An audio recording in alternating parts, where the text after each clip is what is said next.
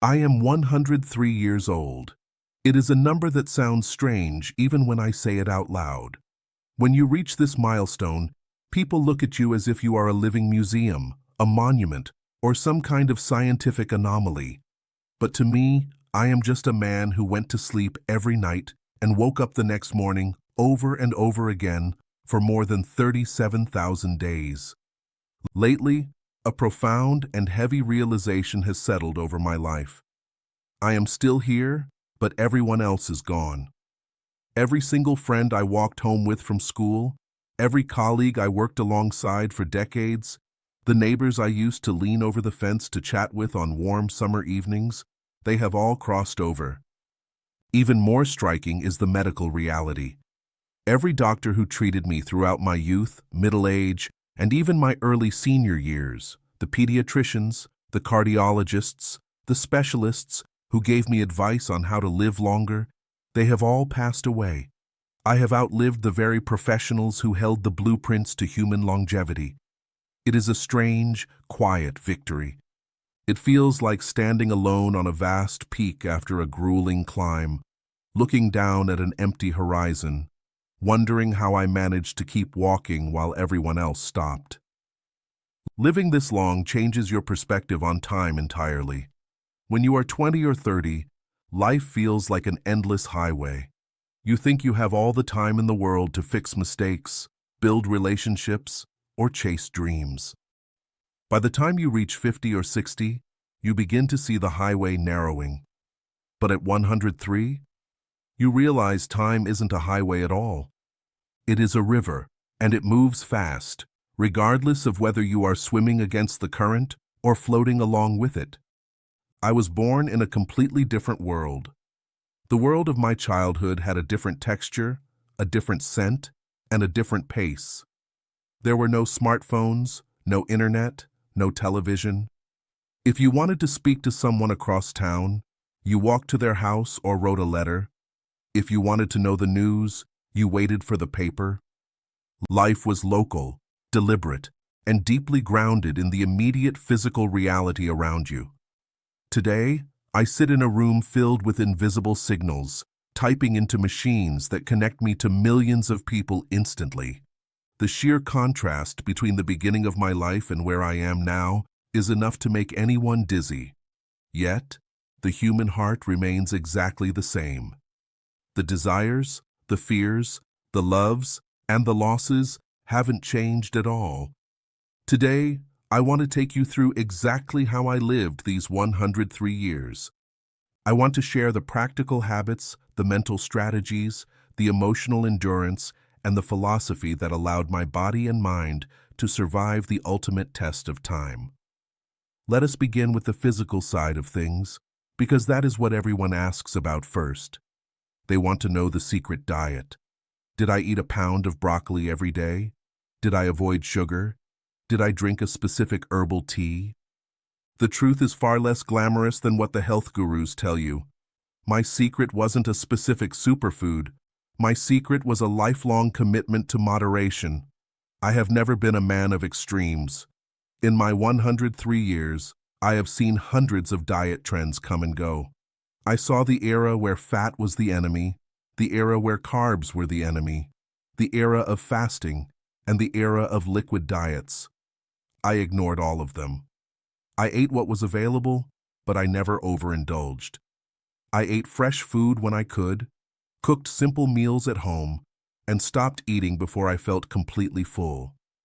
Your stomach is an engine, and if you flood it with too much fuel, it bogs down and wears out faster. I also never smoked, and while I might have enjoyed a single drink on a rare special occasion, alcohol was never a regular part of my life. I didn't need to poison my system to escape reality. If you want your liver, your kidneys, and your heart to last for a century, you have to treat them like high-end machinery. You wouldn't put cheap, contaminated fuel into a luxury vehicle, so do not do it to your body. Movement is the other half of the physical equation. I was never an Olympic athlete, and I never lifted heavy weights in a gym. But I moved every single day. For the vast majority of my life, Walking was my primary mode of transportation.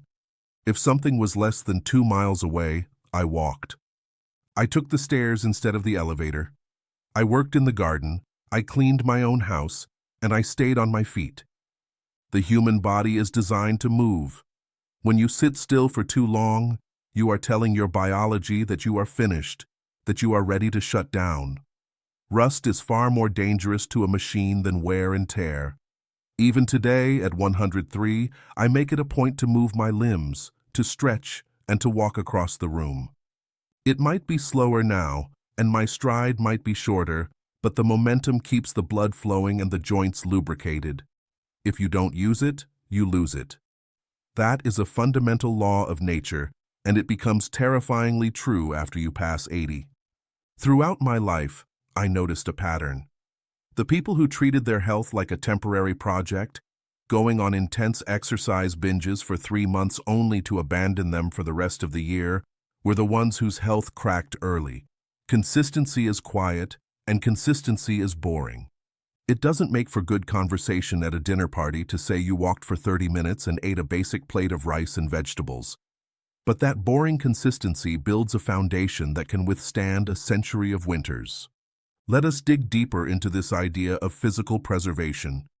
When you live through 10 decades, you realize that your body possesses an incredible intelligence, but it requires a rhythm.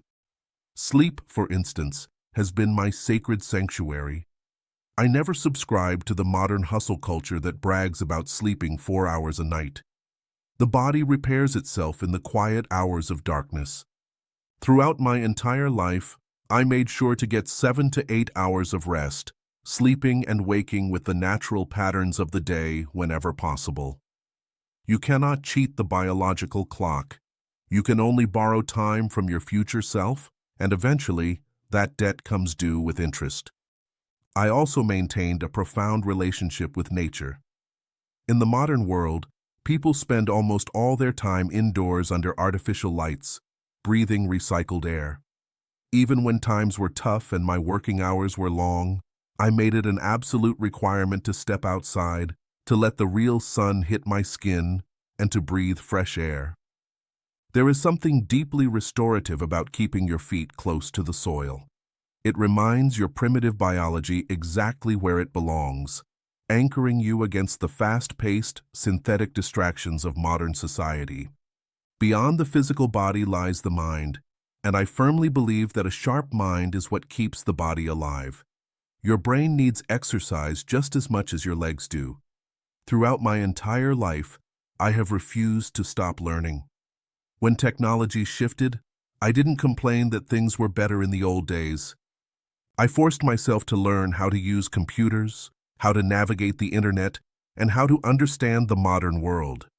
If you let your mind stagnate, if you decide that you are too old to learn something new, you are effectively signing your own psychological retirement papers.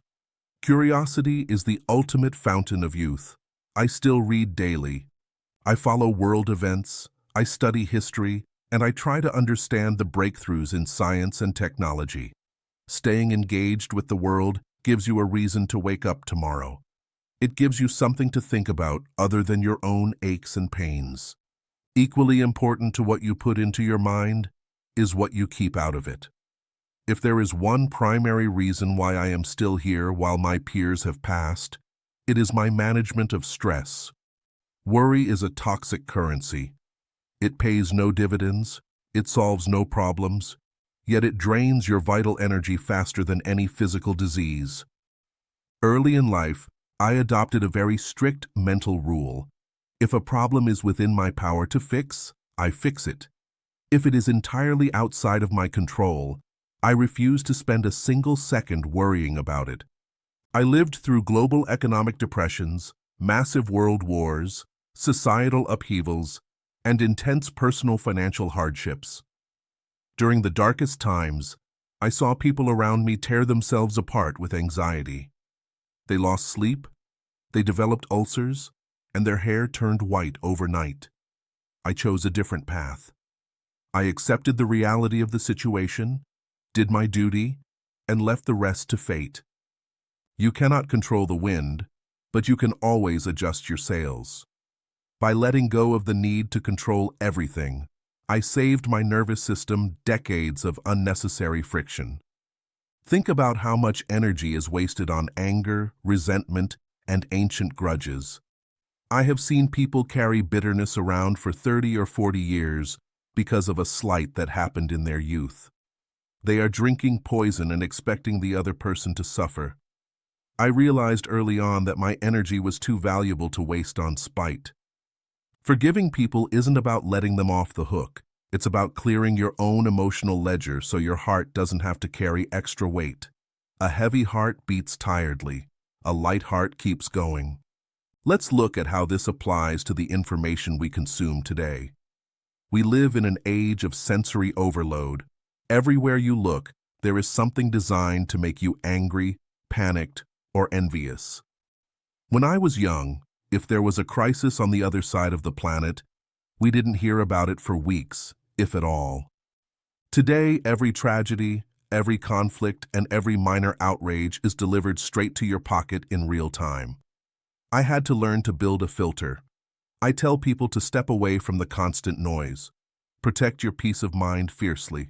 Your brain was never designed to carry the weight of the entire world's problems all at once. Filter the noise. Focus on your immediate community and cultivate tranquility. Now, we must talk about the hardest part of living for over a century. Longevity is a double-edged sword. On one hand, you get to see how the story of humanity unfolds. On the other hand, you have to watch everyone you love leave the theater before the movie ends. To live to 103 means you will become a professional griever. I have buried my parents, my siblings, my spouse, my closest lifelong friends, and even some of my own children. There is a unique, profound loneliness that comes with being the last survivor of your generation. There are times when I want to reference a joke from 50 years ago, or talk about a person we all knew in the 1940s, and I look around only to realize that there is nobody alive who shares that memory. I am the sole custodian of an entire world that has vanished. How do you survive that kind of heartbreak without giving up? You have to develop a fierce, stubborn emotional resilience. You cannot allow grief to become a permanent anchor that drags you into the dark. Instead, you must learn to view grief as the price we pay for love. It is a noble tax. When my friends and loved ones passed away, I made a conscious choice. I decided that I would not honor their deaths by wasting my remaining time in despair. Instead, I would honor their lives by living double as hard. I carry their memories forward. When I look at a beautiful sunset, I appreciate it for myself, but I also appreciate it for my friends who aren't here to see it. I become their eyes, their ears, and their heartbeat. If you are watching this and you are carrying the heavy weight of loss, please listen to me. Do not let the absence of those who are gone ruin the presence of those who are still here. The world keeps turning, and your life still has purpose, even if the cast of characters has changed. You must find the strength to keep your heart open, even when it has been broken 1,000 times. Let us speak honestly about loneliness, because it is the silent shadow that follows old age. When your social circle shrinks down to nothing, it is incredibly easy to fall into a pit of self-pity.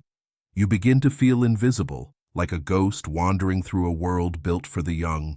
But I realize that connection doesn't have to break just because your old friends are gone. You have to open yourself up to new generations. I don't just talk to people my own age. There aren't many of us anyway. I talk to young people, teenagers, neighbors, and children. I listen to their stories, their dreams, and their struggles. By bridging the generational gap, I keep my spirit tethered to the present. You are never truly alone if you maintain a willingness to listen to another human being. To understand survival on this scale, you must also understand the concept of purpose. Many people retire at 65 and decide their contribution to the world is finished. They sit down, they watch television, and they wait. That is a dangerous trap. Purpose doesn't have to mean running a multi-million-dollar corporation or changing the course of history. Purpose can be as simple as waking up to tend to your garden, writing down your thoughts, or helping a neighbor. It means having an active relationship with today. Every night before I go to sleep, I write down one thing I want to accomplish the next day. It could be as small as reading a specific chapter of a book or organizing an old drawer of photographs. It gives the subconscious mind a directive, an order to keep the engine running through the night. We must also talk about financial and material perspective. Over 103 years, I have owned a lot of things, and I have lost a lot of things. I have had money in the bank, and I have had moments where I didn't know how I would pay for the next week's meals. When you look back from this vintage point, you realize how much time people waste chasing status symbols, bigger houses, faster cars, luxury items to impress people they don't even like. None of those things accompany you into old age. The things that matter when you are sitting in a quiet chair at 103 are your memories, the love you gave, the kindness you showed, and the clean conscience you kept. Strip away the excess early in life, live simply, and invest your precious time into experiences and relationships rather than clutter. The concept of patience has also completely transformed for me. Modern society expects everything to happen instantaneously. Fast food, high-speed internet, overnight success. But the grandest things in life require deep, slow time. A strong marriage takes decades to build. A great career requires years of unseen foundation work. True wisdom cannot be downloaded.